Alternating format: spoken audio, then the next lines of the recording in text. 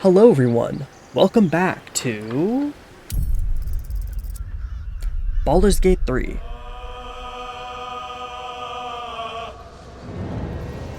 In today's episode, we're gonna basically continue off where we left off, I guess, which was the finishing the goblin camp and doing all the tiefling campfire stuff.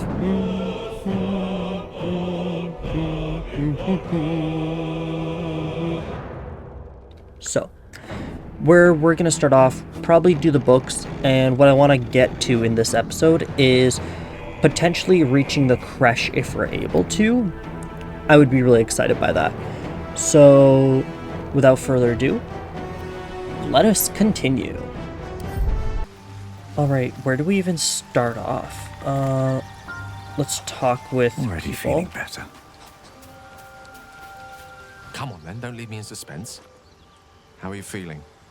No errant tentacles? No sudden cravings for a more cerebral diet? Let me see. I'm feeling great. Consuming these tadpoles could give us quite the advantage. Wonderful. Advantages are a more precious commodity than I'd have hoped, given the nature of our predicament. I commend you on your willingness to take such a risk. Now, let's hope your new illithid fuel prowess tipped the balance suitably in our favor. Was there another matter you wish to discuss? Nah. Let's talk to Will first, I think. I think Will would be good. Gone gods. Watching you consume that tadpole was more disgusting than the tadpole itself. Though, I suppose that's not what you wanted to talk about. What do you think of the illithid potential the Dream Visitor spoke of? I think that unknowable powers come with unknowable consequences. I can't say I'm not curious. But once you take an illithid by the talon, there's no telling how deep into the abyss it might drag you. Let me see.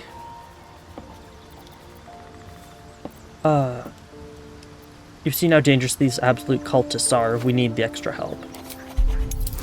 I think that would be correct. I'm more than a bit wary, I admit. Still, I am the Frontier's avowed protector. New dangers require new skills to vanquish them. If the tadpole must be my curse, then let the powers it grants me be the Sword Coast's blessing. I will consume what I must to make it so. Perfect. Let's talk to... Ooh, Halson? Let's talk to Halson. Oakfather's blessings to you. To you as well. I have to ask, how do you know so much about the parasite? I studied one up close. Closer than most would care to be to those things.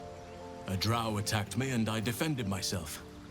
Afterwards, I was able to examine the tadpole that emerged. Hideous, but fascinating.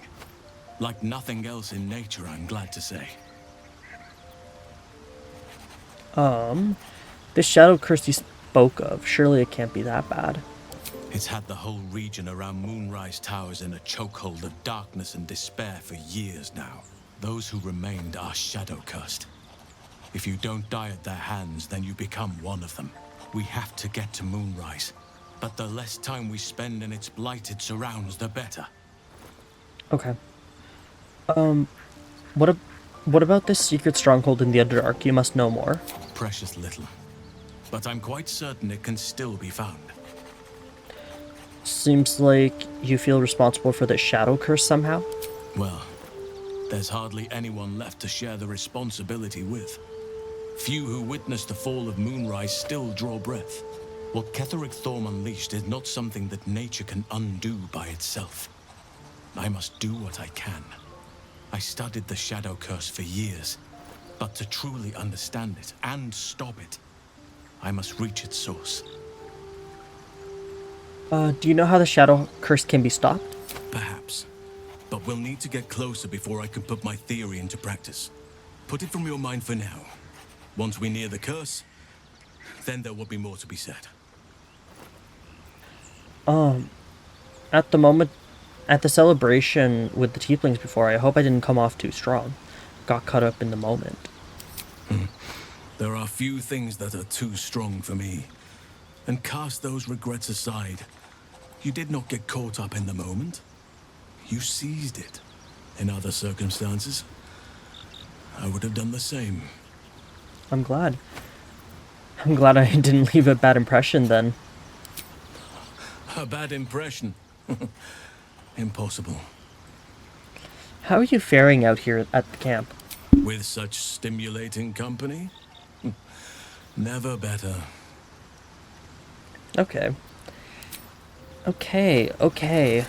I mean... Okay, let's talk with everyone else. Lae'zel. Kinja, no good will come of devouring a gate worm, no matter what you might think.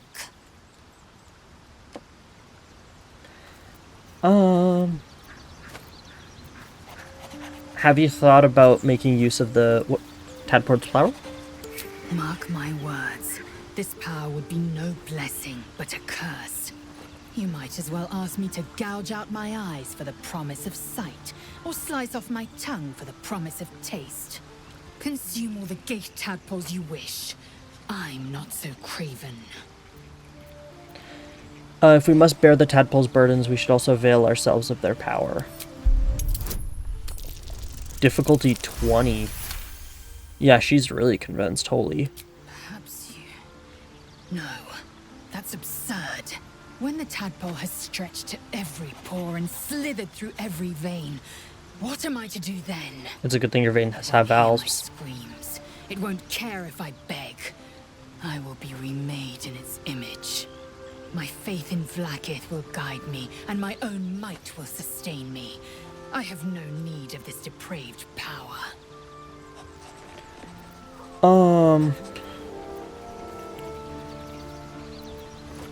Depraved or not, you are no good to your queen dead. You need these talents.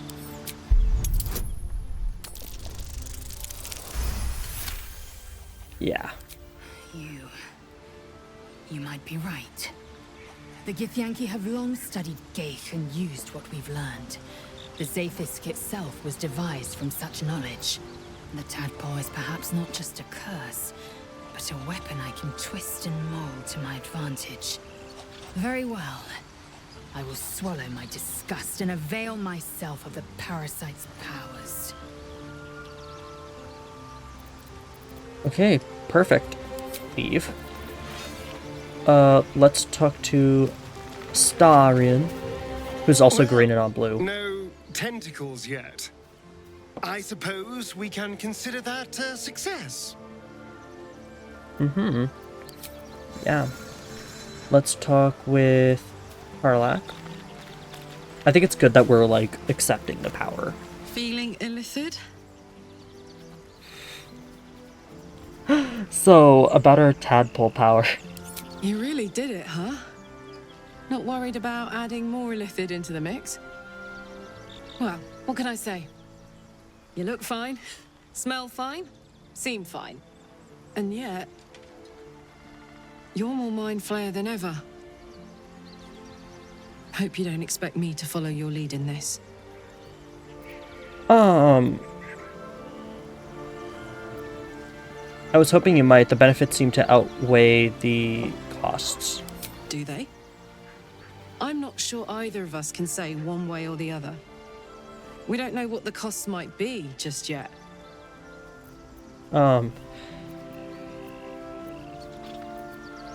We might be facing a cult more powerful than we know. We need all the help we can get.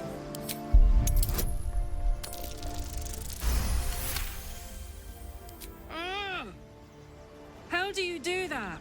Always making sense when I least want you to. Fine. I'll keep an open mind, all right? I can promise that much. Now, Thank you. are we done here? Yeah. Sorry. One day I'll catch a break. Shadowheart.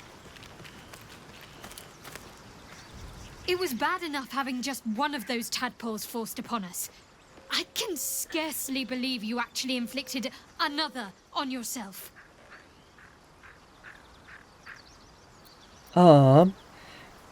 these illithid powers are developing. What do you make of them? On one hand, they seem useful. But on the other hand, or perhaps tentacle before long, we know where they're coming from. And what lies at the end of that path. I never expected Ceramorphosis to be tempting. I think we should resist these powers. There's simply too many unknowns for us to risk it. The odds are stacked against us. Can we truly afford to ignore a potential advantage? Ooh, situational too. Well, perhaps you have a point. Fine. Let's explore these powers then. I just hope we don't come to regret it. Okay. Okay. So, we're about to read all these books. If you want to skip to a certain part, I'll add something. I'll add like a little indicator. So, yeah. Without further ado, let's start with the Druid note. The Emerald Enclave won't need help even if I ask. This land is wounded and the rot is deep, but it's deep everywhere.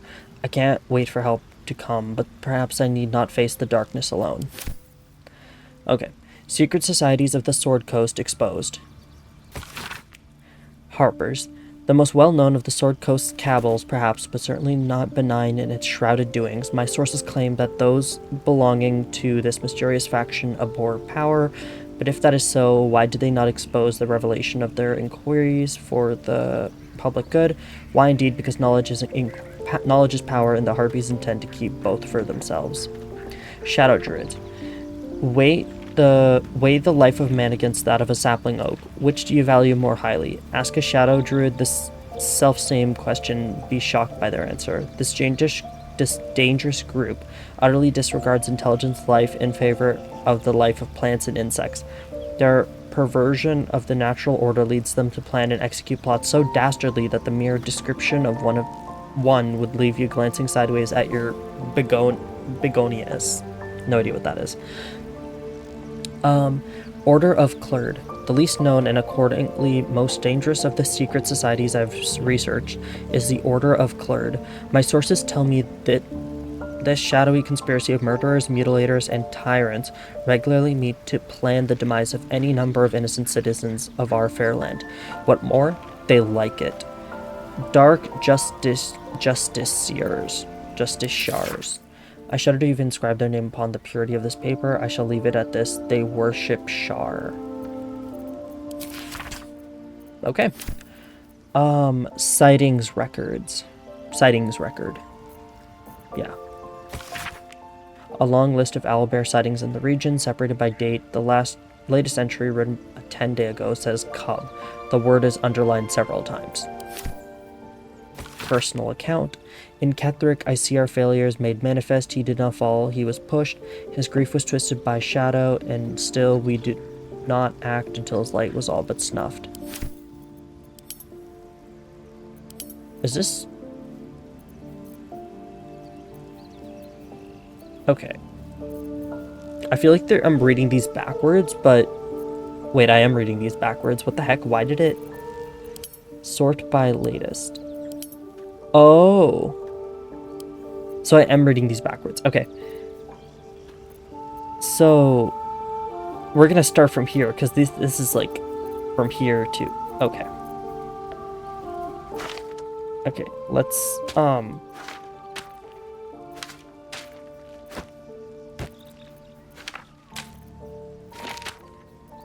Okay. Let's try this again. I'm sorry. Miriam, I'm sorry it's been so long since I've written. A lot has happened. First, some good news. Maggie Two Fingers won't be bothering you anymore. I paid her back in full. I'm sorry. She should have never gotten your name in the first place. Now for the bad news, my love. I'm not coming home. Not for a while, at least. The money came from a mercenary group. Probably best I don't give their name.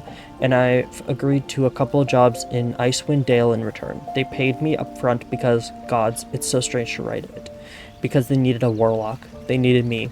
I took the deal that Cambion offered. I'm not going to say I had no choice because that would be a lie, but I don't regret it. I'm a new man. I feel strong for the first time in my life. Aside from being awoken in the middle of the night by the smell of sulfur, he likes to drop by to see how everything is going. I have no complaints. If you don't reply to this letter, I understand, and if you don't want me to come back at all, well, I understand that too. I love you, Miriam, and I want you to be happy, even if it's not with me. Edmund. I recognize that. Inscrutable journal. We followed Musharib's instructions so far, but something feels odd. We've encountered no creatures along the way, only alien noises from all directions. Sleep evades us, and the muck on my boot has hardened into a permanent feature. Hopefully we find... Lost more hair this morning. I knew there were side effects to coming back, but I didn't expect it to be so... Eric, I hear him laughing. The lamentations of the Omoans droning on like a chorus.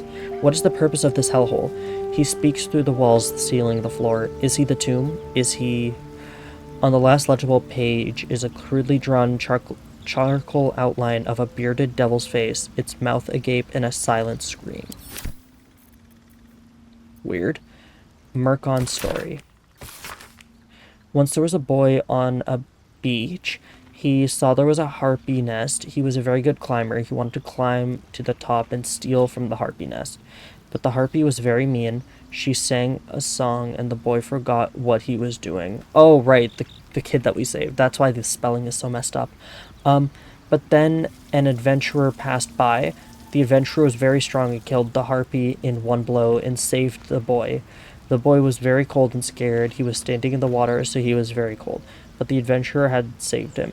The boy thought the adventurer was amazing. The boy wanted to be like the adventurer. He wanted to be strong and safe, save people, and never be scared again. Just like the adventurer. The end. I mean... the quotations in the description is actually kind of funny. We could sell this for 14 gold. I'm not opposed. Your axe got broke. Maglubiet, your axe got broke. Your whips don't sting, your piece is all crooked. Show your face and we'll take your eyes, then chop you down to goblin size. The absolute will make you kneel, beg and grovel, bleed and squeal. Oral Histories of Faerun, Paladin Oathbreakers. This book is comprised of several chapters, one for each cited source. It claims to contain first-hand transcriptions of the oral histories of several storytellers throughout the realm. Chapter 7. Valimor the Outcast, 52 years of age, human paladin, Oathbreaker. Given Valimor's reputation in Athkatla, the city she once called home, I met the former knight officer of the noble and exclusive Order of the Radiant Heart with no small amount of trepidation. She has lived as an outcast for some years now, and the rumors of her character quite preceded her. I spoke to one of the prelates of the Order, who described her as a dreadful, sadistic traitor, warning me that to find her would be suicide, that she would kill me before I could speak a single word. He was wrong. When I finally tracked her down, we spoke for hours and I left with her blessings to share her story. I will not disclose our meeting place as the Order punishes those who violate their vows with beheading. Of course I regret it. Breaking an oath isn't going back on your word. It's not an ethical quandary. It wrenches out a part of your soul. Before, I could call on angels to fight alongside me. I could banish fiends back to the hells and demons to the abyss, all with a thought and a prayer. I lost my voice. I speak, but this isn't my voice. It's an echo, a whisper. Tell them this. Most days I wish I'd died rather than breaking my oath, but I never take back what I did. What I refused to do, damned the Order. Service became dogma, obedience was virtue, to question was sin. Justice and duty are uncomfortable bedfellows, and eventually they make bastards of us all. Okay. The Screed of the Willing. Honesty, love, wrath. Many traits are divine. There's only one that we possess and the gods do not. Pain. Our most holy mistress invites us to revel in that which makes us mortal, to embrace pain so she may look upon us and know we are truly living. For what is a life without the sting of agony? without the anguish of a heartbreak. It is life unlived, a life wasted hiding from the joys of the world. In Loviator's name, I ask you to live, to dig your nails into your skin to know that you are alive, to know that the greater the pain, the more exalted the life. Whether your pain comes from claws, the scourge, or an ache in your soul, know that our maiden is watching over you. She sees your suffering, and she loves you for it. Elegant pen strokes trace out a map of the local area. The goblin's den is indelibly marked in greenish ink. The word Choyanthar waves across the bottom where the largest river flowed. 3 additional locations are annotated. Caravan Goblins is scrawled to the northwest of the camp. Okay. Toll House Knolls marks the far north territory. Forest Supplies hovers over an arrow pointed to the forest just to the camp's east. Beneath, in small letters, between the laurel. Okay. Peskin Anthology of Goblin Poetry. I guess. I once met a wizard in Tamar who went and corrected me grammar. He said I can't cast no spell till I enunciate well, so I beat him to death with a hammer. Number 2. What do we got here, boys? Book of poems, he says. Privy rolls, more like. Number 3. You know how poems make you feel stuff? Well, this one time I was dreaming about this ogre, right? And he was huge, ran straight at me, and I gave him the biggest kick to the nadgers. Woke up smiling, I did. Is that a poem, or no? Interesting. The Purged Palate, Midwinter Edition. A series of recipes accompanied by anecdotes about the meals in question. This is a twist on the traditional dwarven eglak stew.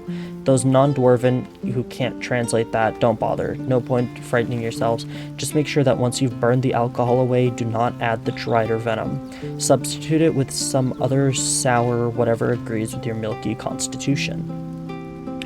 As to how I discovered this one, back in my watchman days, a drow thief I caught spiked my supper. The look on his face when I quaffed it down was near as good as the stew. Okay. A recruitment poster. A man and a woman stand side by side in armor blazoned with a red fist surrounded by flames. Find pride and purpose in the flaming fist. Join today and protect Baldur's Gate. Led by Grand Duke Baldur Ravengard himself, you'll be tasked with guarding the city streets, protecting its people, and upholding the law that governs us.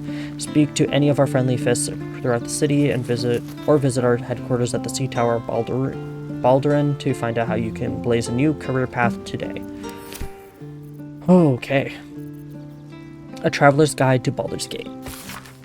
Variety is the blood of the city itself. For better or worse, the devoted will find a place to worship, the dedicated will find work to be done, and let it be fully understood by any who wish to visit, the criminal enterprises in Baldur's Gate thrive as heartily as the rest. Ooh. Okay. Invasion plans for Elturgard. Isn't this the same one? No. Invasion plans for Elturgard. An aging map of Elturgard and its surroundings. The cities of Baldur's Gate and Elturel are both marked, but it's the wilderness in between that's covered in notes, symbols, and ciphers. The freshest ink marks pictographs of goblins and gnolls shown gathering in the forests and hills nearby. That sounds like... wow, okay. The Traveler's Guide to the Sword Coast, Volume 4, The Risen Road. The stained, well-thumbed pages filled with traveling advice that seems to be decades out of date. Those who seek to journey to the coast from the interior regions lying to the east will typically seek out the Risen Road. Running parallel to the river Cheonthar, the Risen Road provides an overland route all the way from Elturel to Baldur's Gate, and has proven tempting to travelers seeking an alternate to the river barges that sail the Cheonthar. A portion of the road, approximately halfway between Elturel and Baldur's Gate, has in recent years developed into an enclave for Selûne worship. With the temple of not insignificant splendor lying near the road, indeed an entire village, Moonhaven, has developed alongside the temple and can provide food and shelter to the weary travelers prior to the events of this game. obviously. Farther east lies the citadel of Moonrise Towers, where a toll is required for onward passage of goods and folk alike. Some are tempted to go off-road in order to avoid the toll. However, bandits and other dangers may cause them to pay a much steeper price. I think I've read this before. Pretty sure I've read this before. Yeah. The front and center, a thespian's memoir. In fact, the greatest joy of my life hasn't been acting, but becoming. When you choose a character to play, you don't just wear a mask, you take a little of their soul for your own. Whoever you are in your heart of hearts changes, if only by the faintest mote. True. On the origins of the Zhentarim. An excerpt from the ongoing metatext rebound by Iosefa Elgin, a scholar excommunicated from the Church of Denir for her heretical efforts to reconstruct the metatext, her god's annal of lost and hidden knowledge. But perhaps greatest still than their monopoly as the continent's largest private army, the true achievement of the modern Zhentarim is in the sanitized image they present to the world. Viewed by most as an efficient, if unscrupulous, mercenary organization, few would guess at the Black Network's dark origin, as a cult dedicated to the Dark Lord Bane, once bent towards bringing all people to heel beneath his creed of tyranny and domination. Many among their ranks scoff when confronted with this fact, citing overblown conspiracies and reassuring me that the only gods to whom the Zhentarim give worship today are the twin deities Profit and Power. This is not to say the organization has entirely shed its dark side.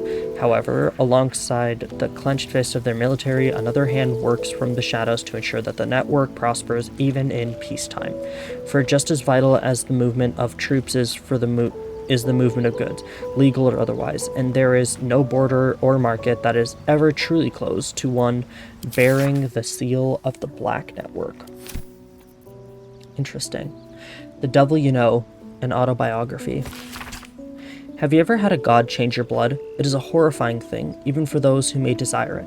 Yet few tieflings wished for Asmodeus to claim their bodies, only to be given no choice in the matter.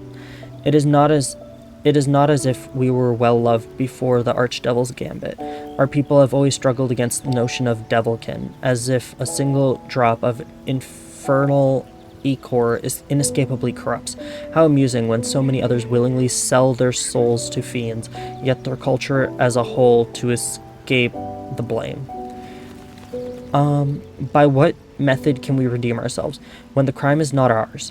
I would drive a blade into every warlock that aided Asmodeus's damned ritual, but personal vengeance cannot undo the will of a god, much less one as slippery as the Lord of Lies.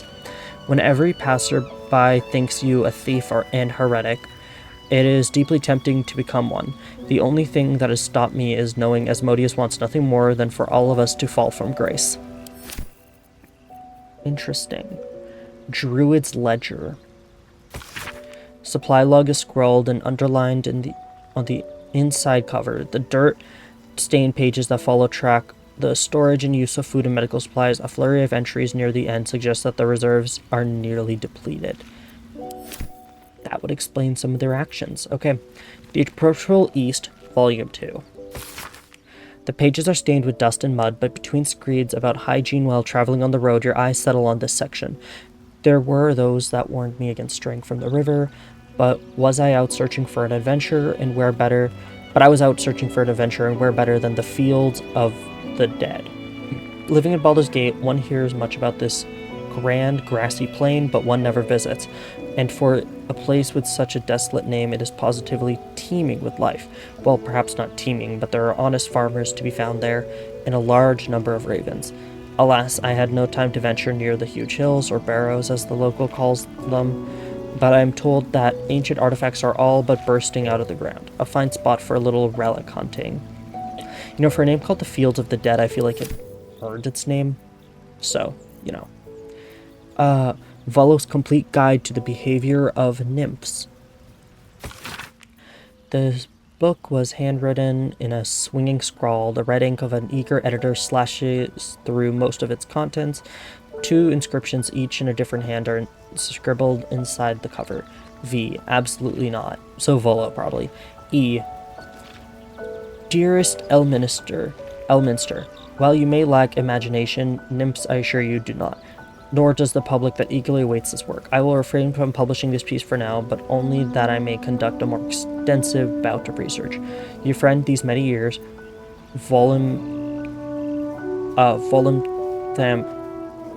Gedarm, author, researcher, raconteur, etc. Okay. The Guild, hidden rulers of Baldur's Gate.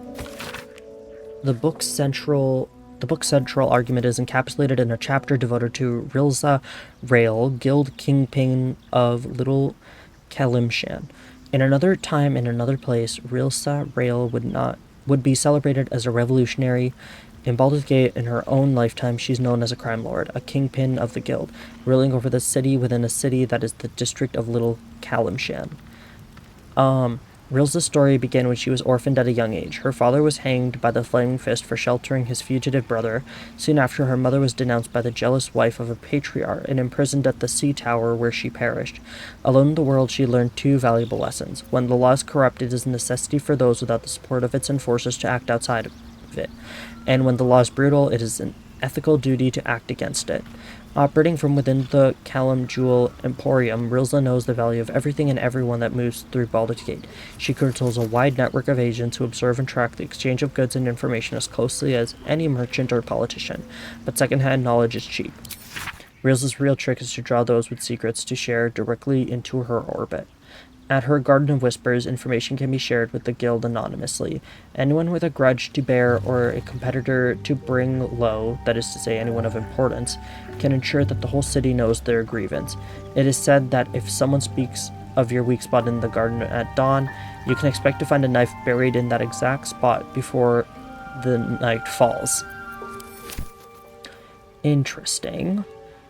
Fables of Faerun 3. The Enticing Elder. There were once two sisters, one a great fighter and one a great cleric, who longed for a new adventure. I shall skewer an elder brain upon my sword, cried the fighter, to the Underdark. I wish to know the secrets of the rain's power, said the cleric. Let us be off. In the recesses of the deep, the sisters slew darklings and darrow, bugbears and bullets. The two reached an illithid colony when the fourth tent day passed. Their quest would soon be complete. With great effort, they felled a half-dozen mind flayers and soon reached the Elder Blaine's lair. It rose from the brine pool at the center of its chamber, flanked by illithids. The mind did not speak aloud, but the sisters could hear it in their minds. I am called Cows. Why have you come? I will make your powers my own, said the cleric. I will crush you and bring an end to your tyranny, said the fighter. The brain hovered in silence. A moment later, a burst of psionic energy shook the chamber, and the sisters lay dead. Good luck, Cows replied. The illithids feasted heartily that day. Damn. Okay. I mean, scribbled note. Keep away from... Okay, the Tuffet note. A primer on mythical beasts. Each chapter of this book describes the cultural origins of a different mythological beast. Chapter 5, Miniature Giant Space Hamster. Very little is known about this particular cryptid. I'm pretty sure I've read this already, but who cares? Those stories say they tend to choose well-muscled human males as their steeds when they deign to visit this plane. According to legends, this creature retains a wellspring of indescribable power known only to itself, though it provides its steed with perhaps mystical, perhaps mundane courage. Unsubstantiated rumors claim the creature has a taste for human eyes. Okay. Halson's Journal, Volume 1. Extraordinary happenings. While meditating in the forest, Nettie and I were ambushed by a pack of goblins, led by a drow. We had no choice but to defend ourselves. But that is not the extraordinary, or rather disturbing part. On the drow's death, a parasitic creature emerged from the corpse and attempted to escape. I managed to capture it and have the host's cadaver here in my study. I've told no one of my fears. Nettie suspects, but knows better than to ask. I will investigate further before informing the others. Kaga will demand answers I don't have yet. I had better record any further findings in a separate volume and keep them upon my person, lest prying eyes jump to the wrong conclusions. Notes on drow parasite. Anatomical sketches of both a drow and an elithid tadpole are accompanied by notes written in an urgent scribble.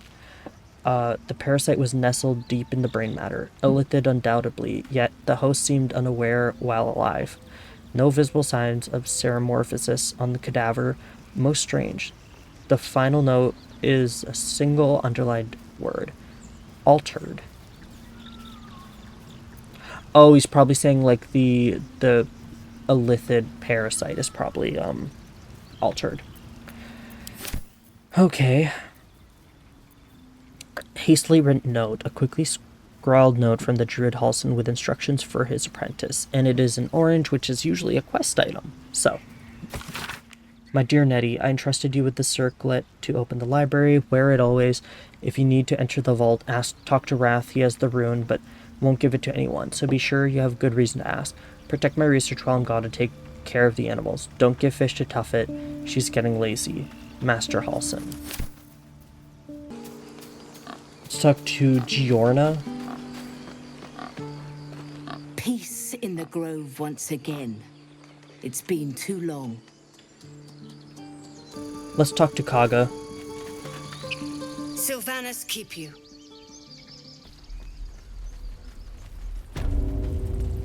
Talk to Aaron. It'll take a while for us all to recover, but you've helped us take the first step.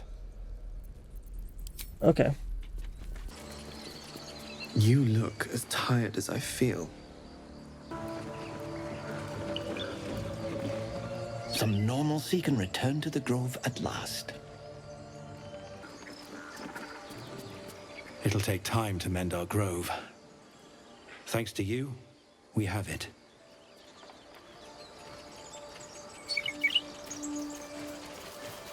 Thanks to you, we have the chance to heal.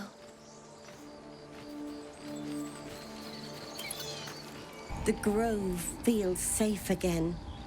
We have you to thank for that. Thanks to you, the grove is whole again. Halsin will guide us forward and Korga's heart will heal. I have full faith in that. Sylvanas be with you, my friend. Okay, let me read the oral histories of Faerun, the spell plague, because it's not red. It's normal.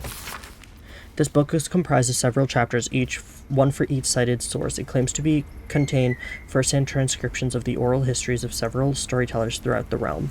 Chapter 25, Cornelius and Tomelius, Worthy War. Halflings encountered on the Golden Road south of Innerlith. I met the brothers, or rather... What else do we need? They found me.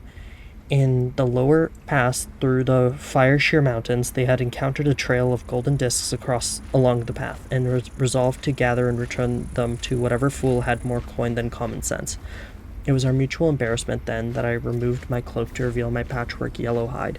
It was molting season, I explained, and the traveler on the road had not the luxury to shed their scales in private. As would be proper. I suspect they knew too little of Dragonborn to be appropriately disgusted, and instead invited me to sup with them. Over the roadside fire, I learned of the purpose behind their journey. Cornelius. Or I'll just do it. Lorien, my lad, our ancestral home, it was lost during the spell plague. Weren't nothing lost, Con. It's not Nan's lucky gnashers, is it? It sank. Wasn't I there when the blue fire took it? Sure, what do you remember? You were knee-high to a gnome. I remember you crying. Maybe it was you that sank the place. Going back to finish the job? Watch that lip, lest I fatten it. Only a fool speaks ill of his homeland. Their brows were bristling dangerously, so I diverted hostilities by speaking of my own people's ancestral home, the blighted world of Abir. We have to tidy this place. And the 1,000-year tyranny of dragons we live under, until the blue fire of the spell plague brought us to this world. Ah, right, another potato. I can read the Druid notebook as well. This is an ancient notebook whose ink is faded and pages are starting to crumble. It is not easy, but some words can still be made out. Ketheric is finished, but it cost us the land, darkness has fallen, corruption is everywhere. Chased by shadows, picking us off, druids and harpers alike. Our wounded were safe. I returned searching for survivors. Lost, but I found his shade. I put it to rest and took his glaive. Blade infused with shadow, I've locked it away to serve as a reminder that even victory can taste bitter. Sounds like a poem, if anything. Let's read detailed report first. Someone has written Shadow Curse at the top of this page and a number of notes below. Trees infected but still alive. Malicious component to underlying magic. Resists removal. Attempts to infect caster. Rage and severity of curses suggests divine origin. Umbral characteristic and vicinity to Shar's temple suggests goddess herself is responsible. Temple of Shar? Where? And what's this about a curse? Grimy report. Paw prints suggest an animal walked across the centuries, smudging everything except a few words. Animal scout scent, eastern town. Villagers possibly still alive, violent. I think we know what that's talking about. A warning to the Sword Coast. Yeah, we've already read this one. We've read these 3. Okay. Let's read the Grove Annals. Oh shit. Not everyone subscribes to what is mine. Sorry. Study of the Sword Coast. A scrap of a larger map fastened to the page with fragrant sap. Someone has written tainted by curse above the lands to east, beyond the mountains on the road to Baldur's Gate. There's a dude. Ooh, the mountain pass.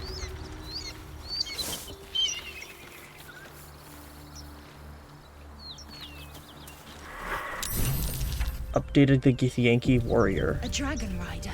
My kin are near. Alikia? Damn, that thing could blot out the sun. What? It would be too much to hope that's nothing to do with us, wouldn't it? That thing could swallow us in a gulp. Look at these gouges. Tore through rock like it was butter. The dragons?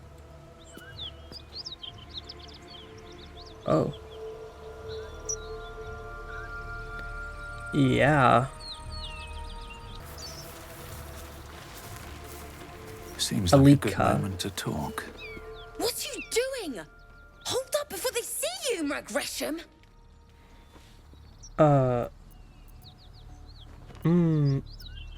might have been concerned had I the slightest idea who they are. Or, no, what's the matter? What? Apart from the dragon? Look. That lot are swarming all over the bridge. I don't know what they want, but it can't be good. I'm going to find another way around. You ought to do the same. Unless you're looking for a fight, that is. Who are you? Nobody. Just another harassing fool trying to stay alive. There's plenty of us around. Seems like you have good survival instincts. Maybe you should join me instead? New party member? What? Just follow you around? I go my own way. Alone. Okay. Rag. That's it. I'm getting out of here. Oh. Okay, Miss Girl.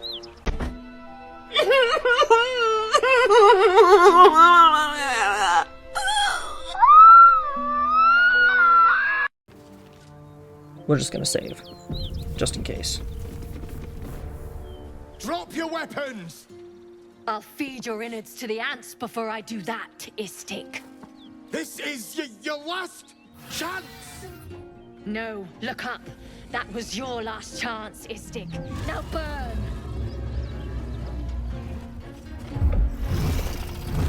What?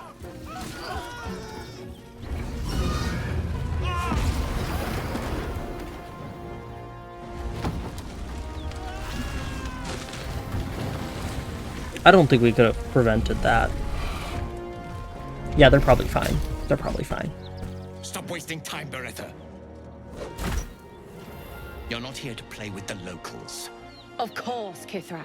We merely sought to... No excuses. Question, kill, then move on. Find the weapon. Our queen watches us. Fail her at your peril. A red dragon. I envy its knight. Would that I rode such a steed. A creche must be near. Come, my kin await. The dragon incinerated those soldiers. Surely this isn't safe. The dragons serve Githyanki. I'll see it does you no harm. Follow me. We are close to the cure we seek. Okay. I mean, hey, listen, if it doesn't... Who? Lae'zel? We must... Okay, well, she's just, like, running. Dang, okay, girl. Ryder, my time is short. Lead me to... Shh. Such a familiar tone. Were I not merciful, I would slice the skin clean from your meat. Yet you are not bleeding. For I am nothing if not merciful. Your name, child.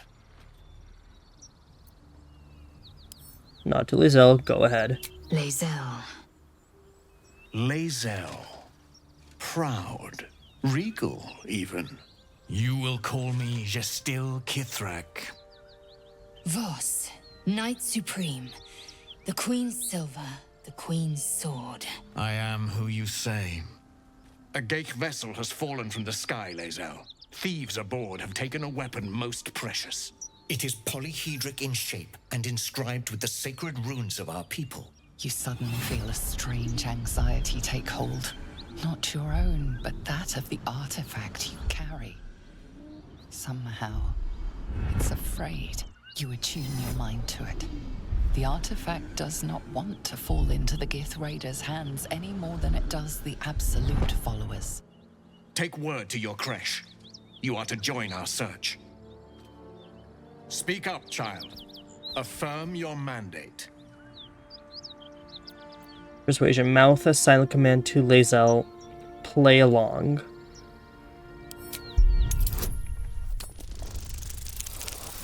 I think that's the only safe way to play this. You honor me with this duty, Kithrak. I shall alert my caretaker with haste. The Kithrak nods, content with Lae'zel's answer. You serve your queen well, child. Take your slaves and hunt those who escaped the Geich ship. They must carry the weapon. I fly now to Vlaakith, our undying queen. She will see your faith rewarded in this plane and ours. A current of deception carries Voss's words. Wherever he flies, it is not to Vlaakith. Oh. To Danos! To the sky!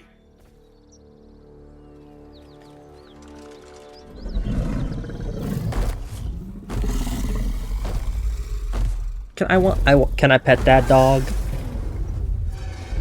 Can I pet that dog? Okay, so there was like some tutorial thing and...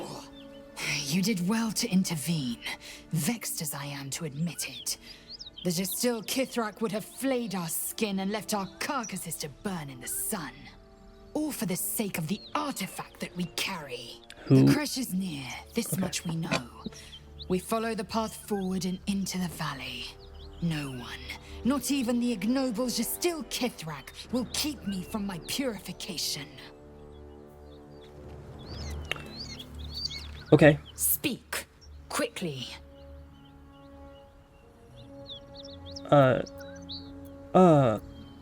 Okay. I think we handled that very well, TBH. Risen road, closed due to inclement weather. Seek marked detour. Okay. There's Saza. Saza? Those teeth. Those horrible teeth. Take this. It's everything I've got. I won't try and get you killed again. Promise. Just let me go. Slow down, I have questions for you. I tell you anything, and my life ain't worth a rat's breakfast. I've saved your hide twice, you owe me.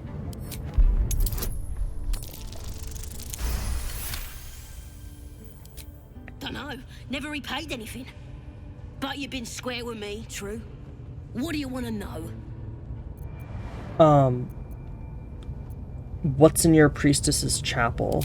She's got all kinds of booyog. Sickly tasting stuff. Might make your limbs grow back, but it's as sour as a bugbear's whittle. A tribe like yours must have plenty of treasure. Where's it hiding? I saw Draw Rexlin stash some stuff behind the waterfall, near the bridge. You want it? It's yours. It's all yours. Is that it? Can I go? Mm-hmm. Yeah. Leave. Oh. Minty. Oh. Oh. Well, huh. Oh.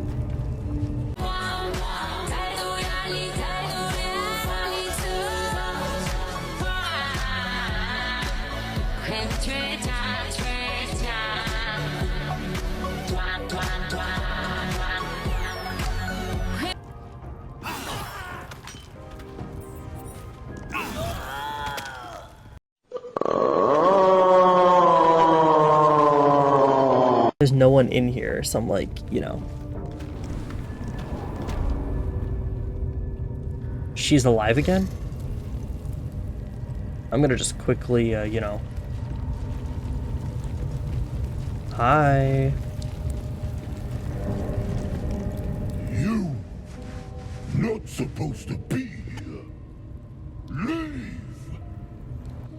But wow, what a moment I will never forget. A moment that is most pleasing to me in my career. Okay, let's go ahead.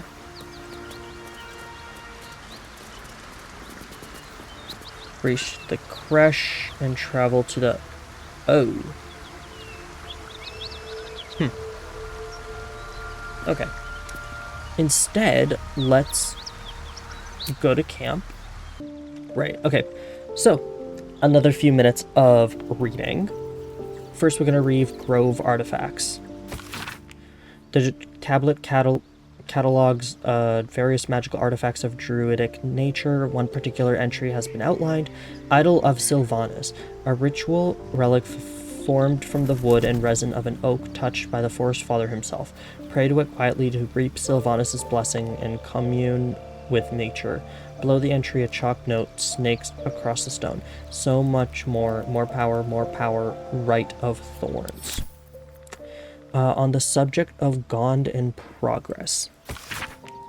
Benji, enough is enough. I'm sick and tired of hearing of your precious Emerald Enclave. They claim to be allies of the people of Faerun, that they fight to balance civilization and nature in a chaotic world, but this is lies. They're enemies of progress, of intellect, who would be happiest if the world reverted to a time of outdoor privies and knuckle-dragging proto-folk. Please, meet me at the High House of Wonders in Baldur's Gate. The things I have learned during my apprenticeship are simply, well, wondrous. There's the water pumps, no more back-breaking work for a simple bucket of water, a steam-powered oxen that can drive your wagon for days on end. Even this letter, it was transcribed and printed by our newest mechanized printing press. I had a little fun and printed several copies just for the sake of it. Please, brother, I cannot bear the thought of coming home to find you picking berries out of a tree and arguing with mother and father about whether or not their crops impede on fox territory. Right back soon, alright? And don't forget, Dad's birthday is next month. Love, Abigail. Benji, I recognize that name. For some reason. If I find it, I'll just put it up. Anyways, on the Faldorn's Canticle, the Shadow Druid's Doctrine. The book's spine is limber from overuse. The corner of one page is folded inwards.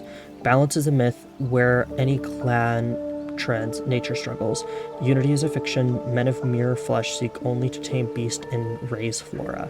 We are the thunder and we are the rain. We shatter mankind and grow new life in its place. Okay. Half-torn note. The markings crisscrossing the page don't look scribed so much as slash. Kaga, swamp dock tree, meet me alone. Oladen. Okay, I know where that is. The Emerald Enclave tenets. The Elder Circle doth decree the greatest tenets number 3. The natural order must be preserved no matter its form. Forces that would disrupt the natural order must be destroyed. The Emerald Enclave must offer aid to the weary and injured. I think the bottom one was kind of ignored, I'm not gonna lie. Logbook 12, 1371. This hefty book is labeled 1371 and stamped with an elegant stag against a dark green background. 6 Utkar. Sent 2 druids, some of the newer recruits up north. Village said they had 2 years of failed crops and are unlikely to survive next winter. 9 Utkar. A group from Baldur's Gate arrived. They set up camp on the edge of the forest. 2 bears and a fox came by. Their territory has been burned out. Half the fox's cubs died, paying this new group a visit tomorrow. 10 Utkar. Visits did not go well. After telling me where to shove it, they said they'd cut down half the forest and burn out any wildlife that dared stick around. Claimed they were going to farm the land and make a new city of their own. Time to get creative. 12 Utkar. Mudslide did the trick, buried half their farming equipment and made the rest useless. They won't be back anytime soon. Got reports of a red wizard in the village south of here. Sending 3 rangers to investigate. If they catch even a whiff of a red cloak, I'm contacting the House of Sylvanas. Interesting. On antidotes. A deep crease in the spine makes the booklet fall open to reveal one recipe in particular. Neat writing in the corner marks it as an antidote for all known potions. This is it, the recipe that made me decide to publish my notes. The story might not interest you, but I shall record it for posterity. Feel free to skip to the actual recipe. I was sitting in the elf song, sipping my usual hot cocoa, the heat soothing the pain in my scaleless hands. A small child, human, stumbled through the door, sick as a dog. All the other patrons seemed like they wanted to help, but no one could pay for an antidote for a stranger's child. Meanwhile, the ingredients were just lying around, in the kitchen. Every single one of those people could have saved that child, but only I knew how. It felt like a crime. Recipe for 1 bottle of antidote. Extracts needed. Salts of mugwort and suspension of bullywug trumpet. Method. Slowly trickle salts into suspension, stir clockwise until the concoction's consistency turns almost chewable. It might turn slightly green, but this is purely aesthetic and has no effect on the antidote itself. And remember, when in doubt with alchemy, just recall the rules of 3. Thrice the same ingredient forms an extract excellent. Perfect. Okay. Tough letter. 9 fingers. I won't come back to the city, not while you have your thugs looking for me. If you want the debt paid, you have to trust me and collect it yourself. Go to the graveyard and look for where an M. Kerwin is buried. Get digging and you'll find enough valuables to settle matters between us. Don't go looking for me, I'll know when I'm safe. S. Soft letter. Davin. It's a boy, he's healthy and perfect. I've named him after his father. Come back and see us as soon as you leave. Love, Flora and David Jr. Interesting. Okay. Personal letter. Goomwick. Be doubly careful on the way back to Baldur's Gate. I've received more reports of attacks on travelers throughout the region. I can't have my best messenger winding up face down in a ditch somewhere. Watch yourself. Better late than never. Postmaster General Danso. I don't think anyone really wants to speak to me, right? Karlach, you can confirm? That contraption's a hot ticket item. Might not be our last scrap for its sake. Is she talking about the... I'm confused. Is she talking about the artifact? The secret one? It seems the Githyanki are keen to reclaim the artifact I carry. I can't afford that to happen. In fact, none of us can. That thing is shielding us somehow. I don't want to know what happens if we lose it.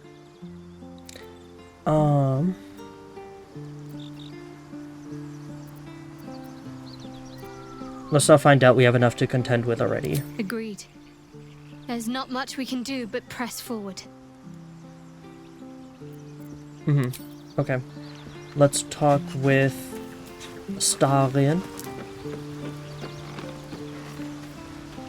If the Gith are looking for that artifact, then we may have something valuable on our hands. And it's a powerful weapon to boot. Things are starting to look very interesting. We'll talk to Liesel last, because actually I feel like this kind of plays into her thing, so it would be a disservice to just not, you know, or to not talk to her last. Have you ever had a dream that you do. Githyanki patrolling these wilds is an unexpected surprise. Whatever they seek, they'll not hesitate to kill us if we stand in their way. Will? The Gith Knight is as merciless as the dragon he rides. That we still have our heads is nothing short of a miracle. Halson. You wish to speak? What about the secret stronghold in the Underdark? You must know more. Precious little. But I'm quite certain it can still be found. The shadow curse you spoke of, surely it can't be that bad. I It's think had it's... the whole region around Moonrise Towers in a chokehold of darkness and despair for years now. Those who remained are... We have to get to Moonrise. Yeah, okay. Alright. Lae'zel, speak to me, girl. Curious. I drained you dry. Yet your body seems no more worse for wear. Perhaps I might find use for it again.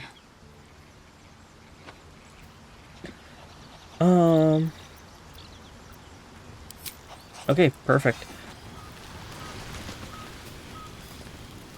I hear you did the deed. How was your little romp? Oh my god, you could hear that? It was fantastic. You filthy devil! I'm shocked. I thought the two of you would just flop about like dying fish and then call it a night, but no. Join us. Shows me. Who said that? But you're not here to gossip. What can I do for you? Oh no, that's literally it. I think we are good to just, you know, pass out, yeah. Yeah, just auto-select.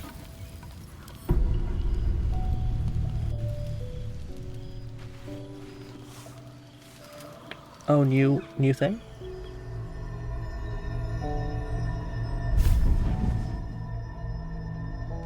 I promised I'd be back. Don't worry. I have things under control.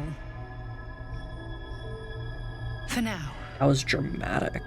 You haven't been using the parasite's power. You think you don't need it. No, I've been absorbing it. But things haven't gone as you expected. You hoped a druid as powerful as Halsin might be able to remove your tadpole. But he couldn't. You're desperate to be rid of it. Understandable. But you're looking for solutions in the wrong places. So... What should I be doing? Your parasite is unusual. It is wrapped in magic that prevents its removal. Until the source of the tadpole's magic is destroyed, any attempt to remove it will kill you. You are lucky that Halsin knew this. His instincts are right. The parasites are merely a symptom of a greater sickness in Faerun. Greater? How do I destroy the source of the tadpole's magic? Or I thought you said you could protect me. From transforming into a mind flayer, yes. But that is not the only thing these parasites can do. They are vessels for control. The infected hear the voice of the Absolute and believe it to be a god. You witnessed it yourself with Priestess Gut. That is how the cult of the Absolute is spreading. The highest of their rank, the True Souls, carry a tadpole just like yours. It is how they receive their orders. It is what makes them obey. When the order to transform is given, it will not be a matter of days. They will be mind flayers in an instant. Were it not for my protection, so would you. So, who are you? It's complicated, but I'm an adventurer, just like you. Just like you, I was infected with a mind flayer parasite. Just like you, I seek to be free of it. Oh. I've been trying to escape from this evil for a long time. Once, I almost succeeded. Now, through you, I've been given a new chance. You can go where I cannot, and I can protect you from that evil. If we work together, we may turn this around. Hells, they need me. I have to go.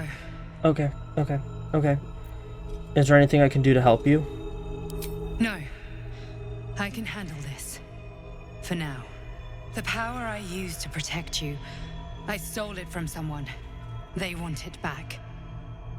I will hold them off for as long as I can, but sooner or later I will be worn down. You must discover the source of the magic that controls the parasites before that happens. The cultists are gathering at Moonrise Towers. Use the powers your parasite gives you to convince them you are one of them. And when you find the source of their magic, destroy it. Go. Our freedom depends on it. Okay.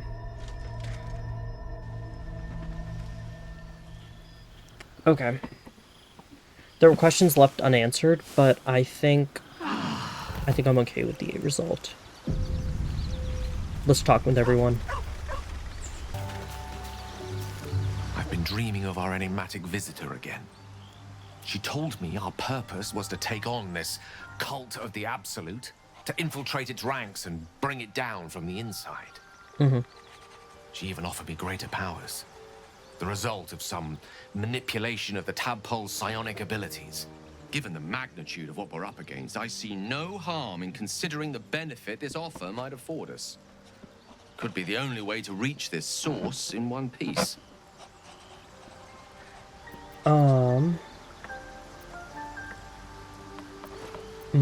You're right. We must use every means at our disposal, even unsavory ones. As existential evils go, the Absolute certainly seems an adversary worth holding in its tracks. Any opportunities for us to indulge our tadpole's capabilities are hardly on the same scale. Trifles, when one considers the bigger picture. Okay. Will? I had another dream last night. The visitor came to me and ordered me to penetrate the heart of the very cult that's spreading the infection. It gave me a tadpole gift too, just like it did the first time it appeared. I suppose it hoped this would help. At first, I thought we should avoid these gifts no matter what advantage we gain. And yet, I can't help recall the words of my father. The best plan is the one that works.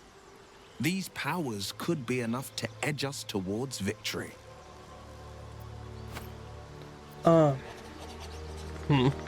We need these powers to infiltrate the cult. This is the plan that works. Very well.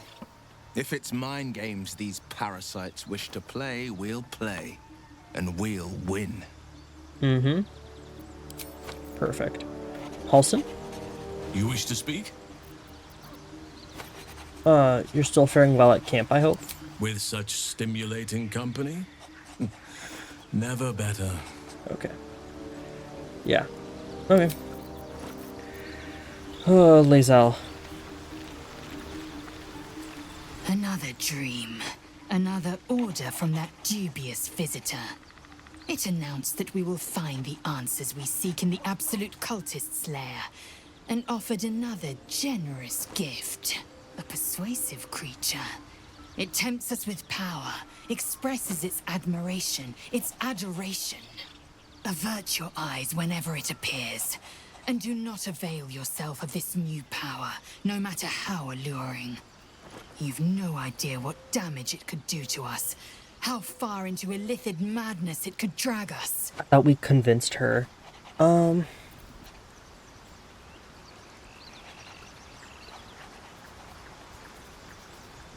I think the dream figure is right. Follow these cultists and we find the source of our tadpoles. Yes. The one truth that fell out of its cankered lips. Why'd you disprove it? There will come a battle. But it will be one with swords, not mind games born of brainworms. Okay. If these dreams linger in my memory, do you think that strange figure will come back? It is a certainty.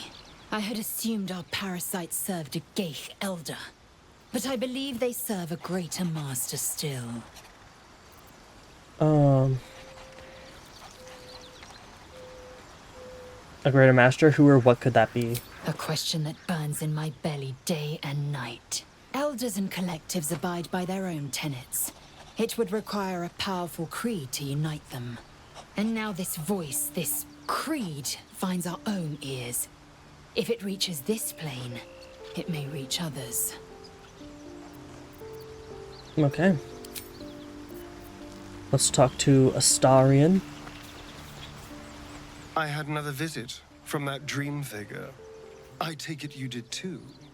It claims that if we infiltrate the heart of the cult that's giving out these parasites, we'll find the answers we're looking for. It gave me another gift, too. Just like it did the first time it appeared. Rather generous, if you ask me. To infiltrate the cult, we must be discreet. No. Whatever's at the heart of the cult, we have to find it by any means possible. And while we're at it, we can see how many more of these little worms we can harvest. Now, was there anything else? No. Let's talk to Karlach. Another visit from the Golden Paladin. It said we'll get the answers we need about the tadpole if we infiltrate the cult. We'll need to be discreet to get into the heart of the cult. These powers might help. It's a fair point. I just don't want to take a short-term boon. I want to win this whole thing. To finish off the cult. To get this tadpole out. To stay sane the whole time. Okay. Perfect. Alright, Shadowheart. Let's talk to you. I had another dream. Which, I suppose, means you did as well. Whoever's reaching out to us truly does seem opposed to the Absolute, but wants us to embrace the tadpole. Venture right into the heart of the cult. Perhaps we truly have a secret protector. Or we're walking into a trap. Okay.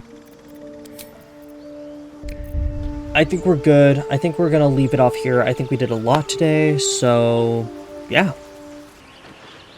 Thank you guys for watching and hopefully enjoying this installment of Baldur's Gate. I do believe we did a lot. A lot. We read a lot of books. We reached the mountain pass, and we got more dialogue, which I think makes a pretty well-rounded story. But regardless of that, I do hope you guys enjoyed this installment. Yeah. Anyways, I'll see you guys in the next episode. Bye-bye!